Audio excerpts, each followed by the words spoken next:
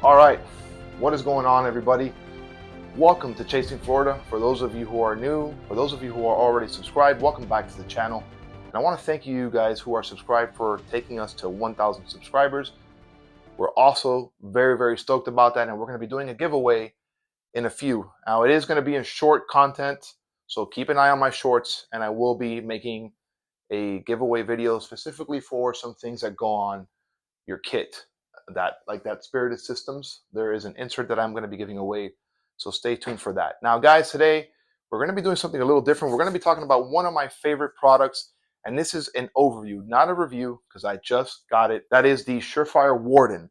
Now, as you all know, I love SureFire. I have all of their lights on all the firearms I like to train with that I really consider part of my kit, and that's basically what you see up on this wall, with some few exceptions, right? Now, the SureFire Warden lives primarily on my Mk18, and this is the SureFire Warden right there. Now, it is on my SureFire SOCOM Muzzle brake, and I'm going to be talking about why that is and why I don't have it on the other ones. So unfortunately, I cannot show you how to install it because of the new YouTube community guidelines. This rifle is clear.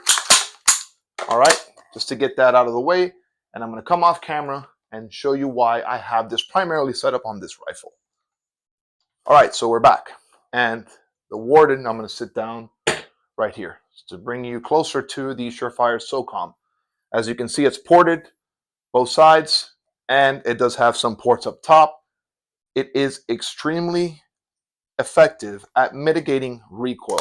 The little recoil that this does, combined with the JP system, silent bolt capture system, amazing also. Now, what does it absolutely suck at? It is a concussion beast, meaning whoever is sitting on my 3 or on my 9 is gonna they're gonna feel the wave coming out of this, the pressure wave that is, and it is an absolute fireball beast. So during some of the low light, and even sometimes during the day, you can see a pretty significant amount of fireball, and that is burnt powder that's being burnt out of the front of this device. So now, why did I pick up the SureFire Warden? It is exactly to mitigate that very thing. I'm going to put this back on the rack and get this a little closer. As you can see, this connects very simply to the lugs that are built into the muzzle device, which I'll bring in once I am going to reinstall it. And it ratchets on much like the SureFire RC2, RC3, pretty much all their suppressors do to the muzzle device.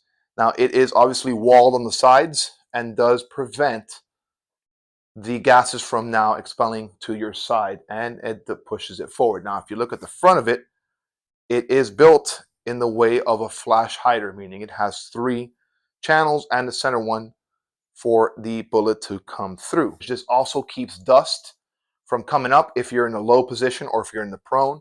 So it does a better job of putting that downrange, and you have less chances of giving away your position.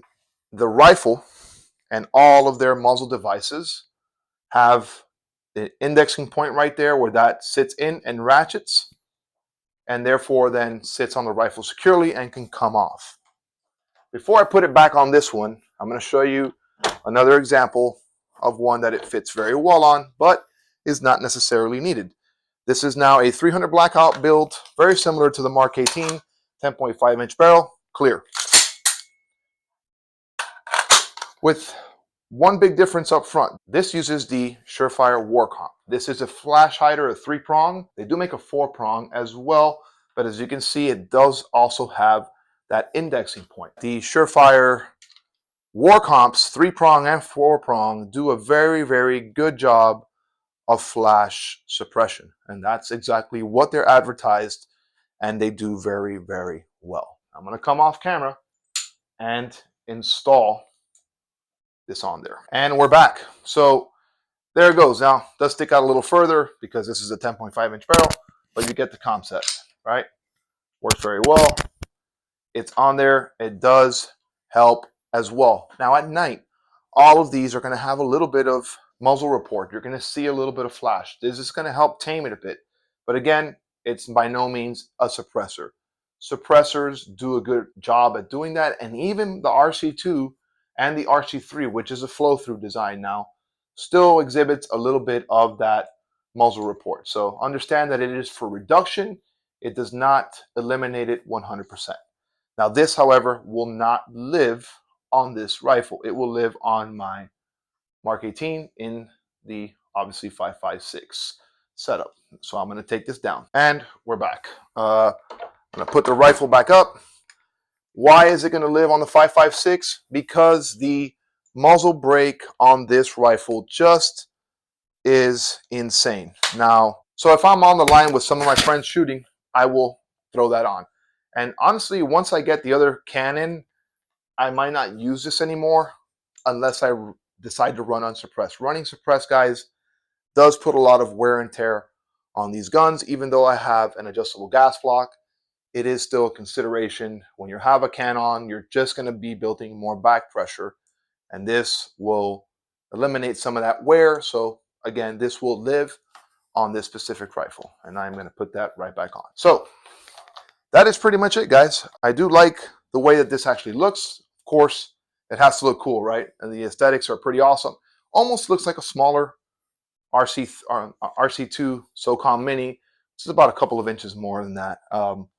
And it is pretty sweet. My pec is not on the rifle right now. It's on loan to a buddy of mine who went to a suppressor show in South Carolina. But that is pretty much it, guys. I really have nothing else for you guys. Let me know what you guys think about these SureFire muzzle devices. Again, take this with a grain of salt.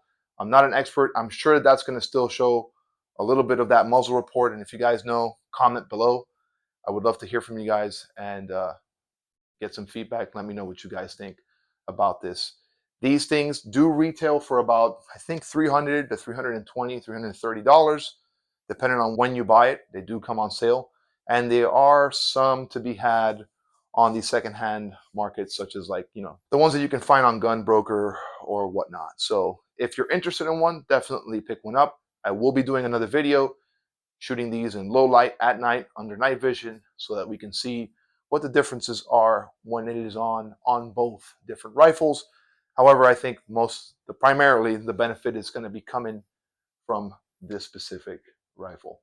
Now, these are the guns that I train with, and that is the most important thing that you should get out of this video. These all are pretty cool looking firearms, but pretty much useless if you don't know how to use them, right? So get some training, and I would say if you can't afford to get some proper training, at least go to the range and get some time behind the gun safely. And that is going to build a lot of muscle memory, a lot of awareness with the firearm, and eventually will get you to become a better shooter and also practice some dry firing at home. I do with the firearms like this all the time. That's why I have them up on the wall. So guys, I have nothing else for you. I hope you guys learned something, and if not, I hope you found the video entertaining.